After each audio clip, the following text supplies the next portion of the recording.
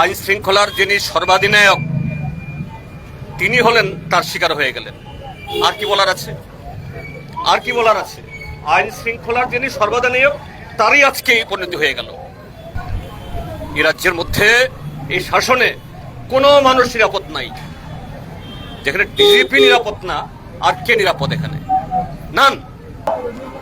এটা অস্বাভাবিকতারও অস্বাভাবিকতা, অস্বাভাবিকতারও অস্বাভাবিকতা। একজন ডিজির মতো অফিসার এবং তিনি অনুরাগ ডানকর, যদি তিনি আত্মহত্যা করেও থাকেন, এই আত্মহত্যাটা এমনি এমনিতে হয়।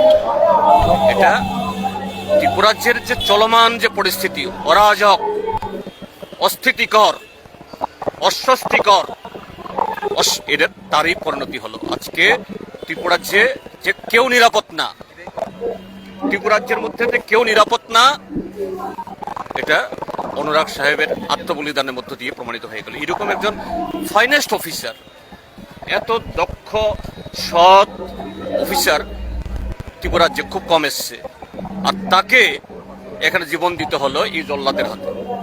আপনাদের মূলত দাবি কি থাকবে?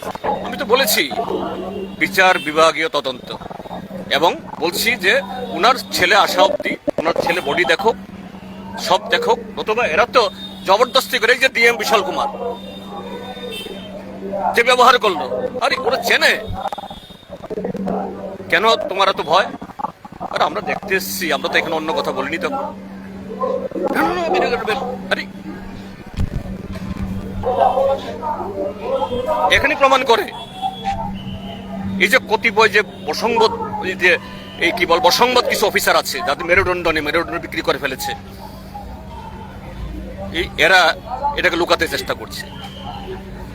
এই ঘটনা যদি আত্মহত্যাও তিনি করে থাকেন, কেন আত্মহত্যা করতে হলো? আত্মহত্যা মানুষ এভাবে করে না।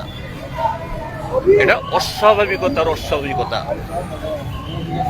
এটা ৪০ লক্ষ মানুষ ত্রিপুরাজ্যের, এদের প্রত্যেকের উপর আঘাত হানলো।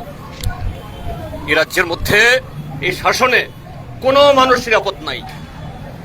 যেখানে ডিজিপি নিরাপদ না, আর কে নিরাপদ এখানে? নান। আপনি প্রায়শই সাংবাদিক সম্মেলনে আইন শৃঙ্খলা নিয়ে প্রশ্ন তোলেন রাজ্যের, এই ঘটনার পর আর বলার কি আছে? আর বলার কি আছে? আইন শৃঙ্খলার যিনি সর্বাধিনায়ক তিনি হলেন তার শিকার হয়ে গেলেন। আর কি বলার আছে? আর কি বলার আছে? আইন শৃঙ্খলার যিনি সর্বাধিনায়ক তারই আজকে এই পরিণতি হয়ে গেল।